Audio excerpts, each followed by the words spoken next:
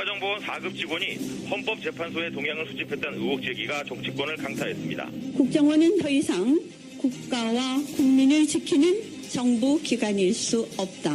카더라 통신, 가짜뉴스의 전형이다. 추측과 음모를 더한 거짓의 모래탑이 대한민국을 흔들어서는 안 된다. 예, 국정원이 헌재를 사찰해왔다는 보도가 나간 뒤에 지금 야당과 여당의 반응을 차례로 들으셨습니다. 그러니까 전직 국정원 간부가 일종의 내부 고발을 한 건데요.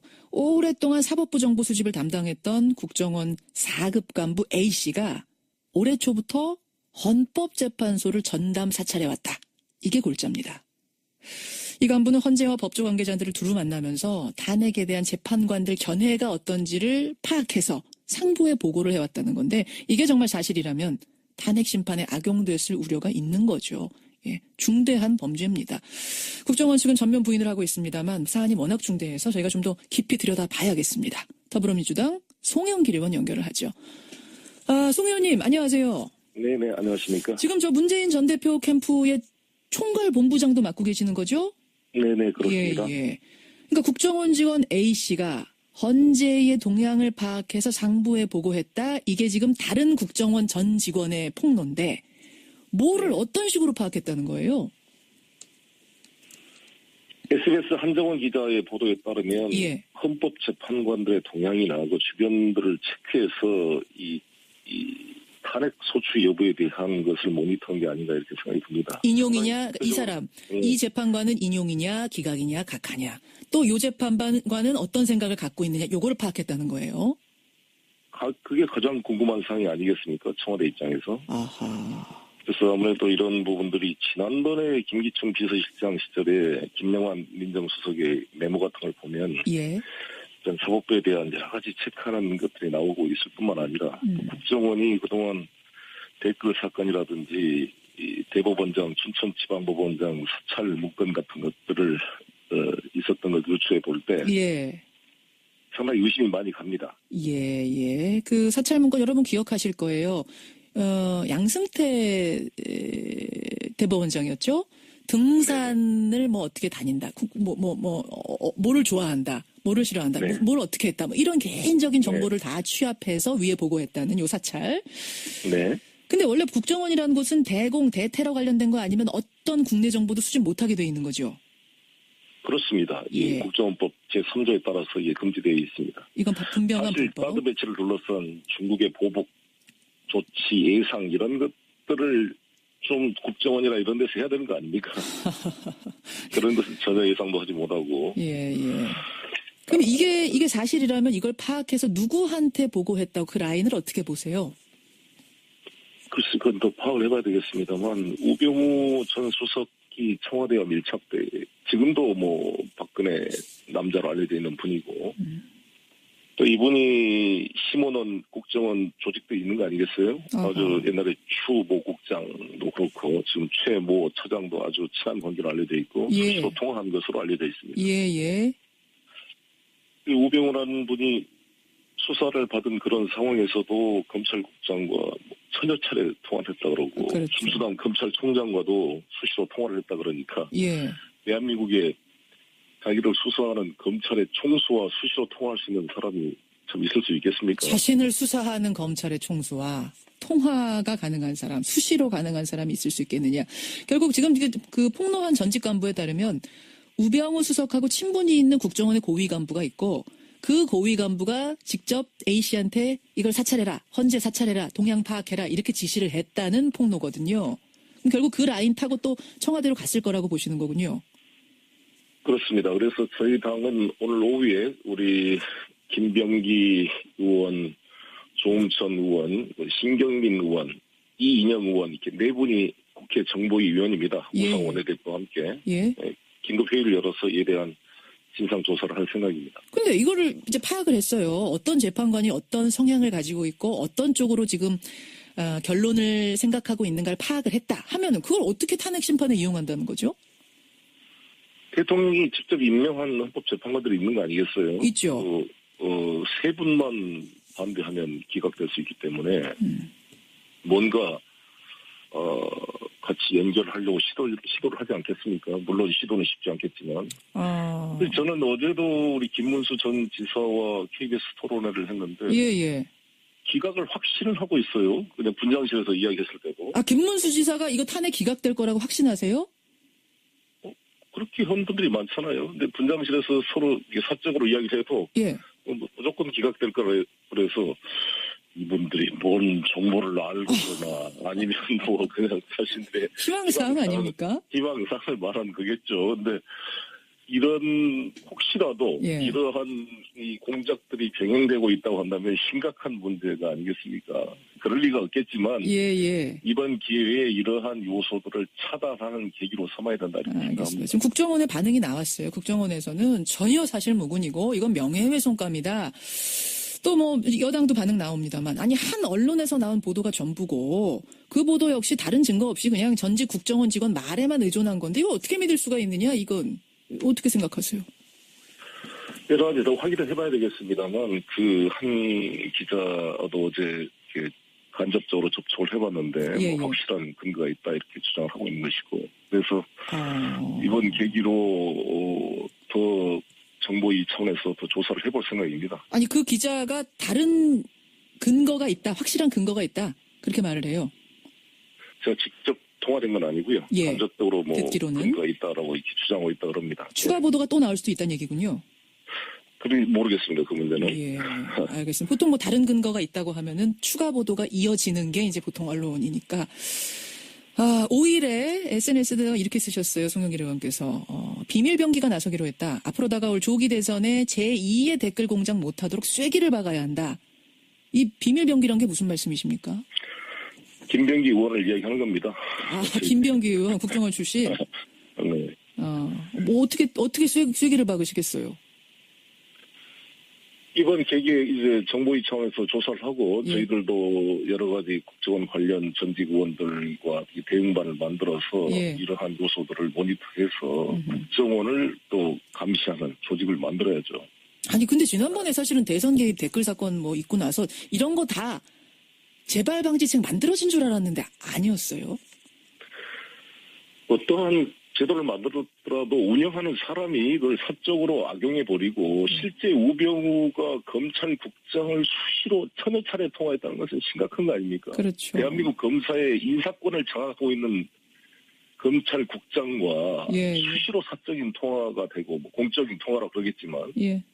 총장도 통화되고 자기가 또 그 국정원의 국장을 임명하고 또 차장과도 수시로 통화되는 이런 구조하에서는 제도와 체계가 다 무력화돼 버린 거죠. 무력화시키는 알겠습니다. 네. 그래서 이 청와대 민정수석이나 이런 자리가 최순실 같은 사람이 비선이 개입돼서 이런 시스템을 다 무시해버리고 돼버리면 예. 국가 체계가 다 사유화돼버리고 무너지는 거죠. 그렇죠. 예, 이 부분 뭐 아직은 의혹입니다만 이게 사실이라면 정말 중대한 사건이어서 좀 철저하게 밝혀주시기를 부탁드리면서 송영길 의원님 시간 별로 없지만 사드 얘기 좀 잠깐 하겠습니다. 네. 사드 부지 제공한 롯데그룹에 대한 중국 내 그 제재 압박 수위를 넘어가고 있는데 네. 지난 1월에 중국 다녀오셨잖아요. 네, 그렇습니다. 그때도 이런 기류를 감지하고 오셨어요?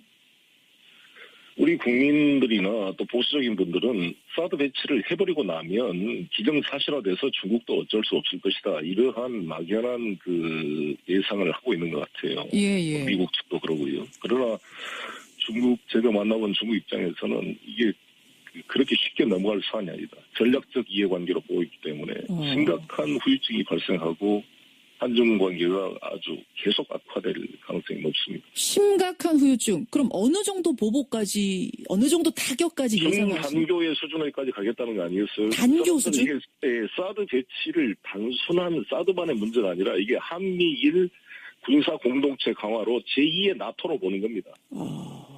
중국과 러시아를 견제하기 위한 제2의 나토가 만들어진 것이다. 쿠바에 미사일을 배치하는 것처럼 예. 그렇게 심각한 자신들의 국가 안보의 이해관계로 보는 것이죠. 우리의 그 의견과는 상관없이.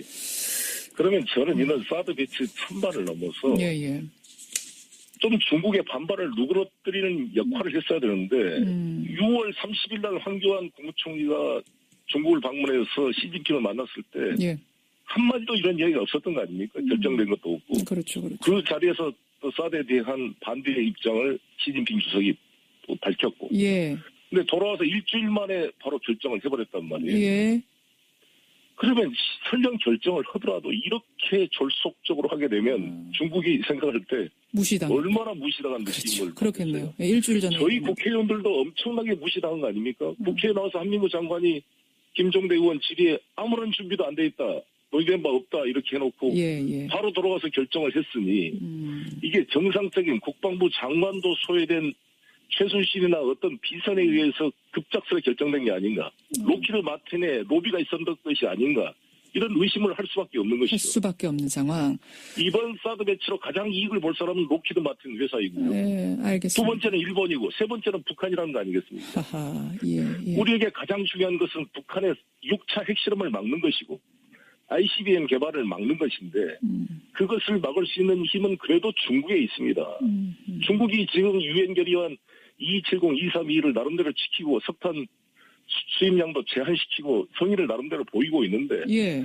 사드 배치로 중국을 이렇게 발로 쳐서 한중 간의 관계가 벌어지고 미중 간의 관계가 벌어지면 예. 북한은 이때가 기회다 생각하고 6차 핵실험을 도발할 수가 있거든요. 알겠어. 그런 의미에서 북한도 도운 셈이 됐다. 근데요, 송영길 의원님, 문재인 캠프의 총괄본부장 하시니까 제가 이 문제 여쭙습니다만, 네. 문재인 전 대표는 사드 배치에 대해서 무슨 입장인가요? 이제 차기 대통령 될 분들이 이 부분에 대한 입장을 내놔야 되거든요. 해결책을 제시하셔야 되는데 지금 그렇죠. 입장 유보 상태시죠, 문 대표는? 문재인 후보 입장은 사드 배치를 차기 정부에 넘겨주면 이것을 외교적인 해결 방안의 계기로 만들겠다는 것입니다. 그리고 국회의 비준 심의를 거쳐서 예. 여러 가지 우리 국익에 맞게 조정하겠다. 제3의 솔루션도 찾아보겠다.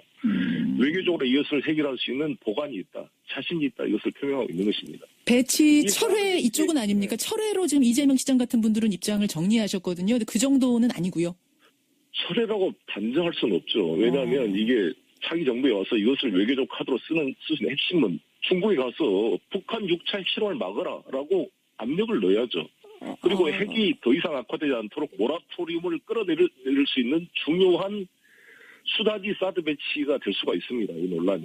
이걸 외교적 카드로 활용을 해서 카드로 활용. 중국으로 하여금 북한 핵실험을 막고 북핵 모라토리움을 이끌어내는 역할을 요구할 수가 있는 것이죠. 알겠습니다. 좀 어려운 과제인 것 같고 말처럼 쉬운 일은 아닐 것 같습니다. 어쨌든 사드 배치 철회는 아니다. 그것을 활용해서 외교적으로 더 나은 결과를 가져오도록 솔루션을 좀 찾아보겠다.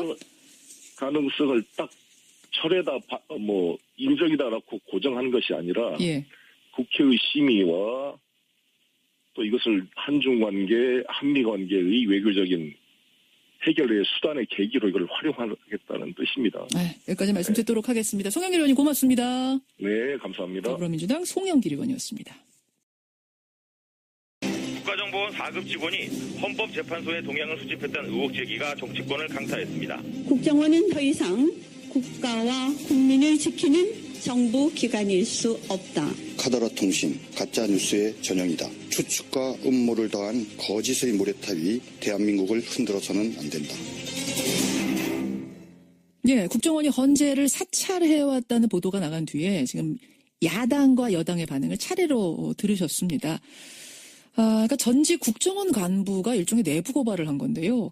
오랫동안 사법부 정보 수집을 담당했던 국정원 4급 간부 A씨가 올해 초부터 헌법재판소를 전담 사찰해왔다. 이게 골자입니다. 이 간부는 헌재와 법조 관계자들을 두루 만나면서 탄핵에 대한 재판관들 견해가 어떤지를 파악해서 상부에 보고를 해왔다는 건데 이게 정말 사실이라면 탄핵 심판에 수사하는 검찰의 총수와 수시로 통화할 수 있는 사람이 참 있을 수 있겠습니까? 자신을 수사하는 검찰의 총수와 통화가 가능한 사람, 수시로 가능한 사람이 있을 수 있겠느냐. 결국 지금 그 폭로한 전직 간부에 따르면 우병우 수석하고 친분이 있는 국정원의 고위 간부가 있고 그 고위 간부가 직접 A씨한테 이걸 사찰해라, 헌재 사찰해라, 동향 파악해라 이렇게 지시를 했다는 폭로거든요. 그럼 결국 그 라인 타고 또 청와대로 갔을 거라고 보시는 거군요. 그렇습니다. 그래서 저희 당은 오늘 오후에 우리 김병기 의원, 조홍천 의원, 신경민 의원, 이인영 의원 이렇게 네 분이 국회 정보위 위원입니다. 예. 우상 원내대표와 함께 예. 긴급 회의를 열어서 이에 대한 진상 조사를 할 생각입니다. 근데 이거를 이제 파악을 했어요. 어떤 재판관이 어떤 성향을 가지고 있고 어떤 쪽으로 지금 결론을 생각하고 있는가를 파악을 했다 하면 이건 분명한 사실 불법. 사드 배치를 둘러싼 중국의 보복 조치 예상 이런 것들을 좀 국정원이나 이런 데서 해야 되는 거 아닙니까? 그런 것은 전혀 예상도 하지 못하고. 예. 그럼 이게 사실이라면 이걸 파악해서 누구한테 보고했다고 그 라인을 어떻게 보세요? 글쎄, 그건 더 파악을 해봐야 되겠습니다만, 우병우 전 수석이 청와대와 밀착돼, 지금도 뭐, 박근혜 남자로 알려져 있는 분이고, 또 이분이 심원원 국정원 조직도 있는 거 아니겠어요? 어허. 아주 옛날에 추모 국장도 그렇고, 지금 최모 처장도 아주 친한 관계로 알려져 있고, 예. 수시로 통화한 것으로 알려져 있습니다. 예. 이 우병우라는 분이 수사를 받은 그런 상황에서도 검찰국장과 천여 차례 통화를 했다 그러고 그렇죠. 김수남 검찰총장과도 수시로 통화를 했다 그러니까 예. 대한민국에 자기들 악용됐을 우려가 있는 거죠. 예, 중대한 범죄입니다. 국정원 측은 전면 부인을 하고 있습니다만 사안이 워낙 중대해서 저희가 좀 더 깊이 들여다봐야겠습니다. 더불어민주당 송영길 의원 연결을 하죠. 송 의원님 안녕하세요. 네네 안녕하십니까? 지금 저 문재인 전 대표 캠프의 총괄 본부장도 맡고 계시는 거죠? 네네 그렇습니다. 예. 그러니까 국정원 직원 A씨가 헌재의 동향을 파악해서 상부에 보고했다. 이게 지금 다른 국정원 전 직원의 폭로인데 뭐를 어떤 식으로 파악했다는 거예요? SBS 한정원 기자의 보도에 따르면 예. 헌법재판관들의 동향이나 그 주변들을 체크해서 이 탄핵 소추 여부에 대한 것을 모니터한 게 아닌가 이렇게 생각이 듭니다. 인용이냐 이 그래서, 사람 이 재판관은 인용이냐 기각이냐 각하냐 또 요 재판관은 어떤 생각을 갖고 있느냐 요거를 파악했다는 거예요. 그게 가장 궁금한 사항이 아니겠습니까? 청와대 입장에서. 아하. 그래서 아무래도 이런 부분들이 지난번에 김기춘 비서실장 시절에 김영환 민정수석의 메모 같은 걸 보면 예. 전 사법부에 대한 여러 가지 체크하는 것들이 나오고 있을 뿐만 아니라 또 국정원이 그동안 댓글 사건이라든지 이 대법원장, 춘천지방법원장 사찰 문건 같은 것들을 있었던 걸 유추해 볼 때 예. 상당히 의심이 많이 갑니다. 예. 그 사찰 문건 여러분 기억하실 거예요. 양승태 대법원장이었죠. 등산을 뭐 어떻게 다닌다. 뭐를 좋아한다. 뭐를 싫어한다. 네. 뭘 어떻게 했다. 뭐 이런 개인적인 정보를 다 취합해서 위에 보고했다는 요 사찰. 네. 근데 원래 국정원이라는 곳은 대공, 대테러 관련된 거 아니면 어떤 국내 정보도 수집 못하게 돼 있는 거죠. 그렇습니다. 이 예. 국정원법 제3조에 따라서 이게 금지되어 있습니다.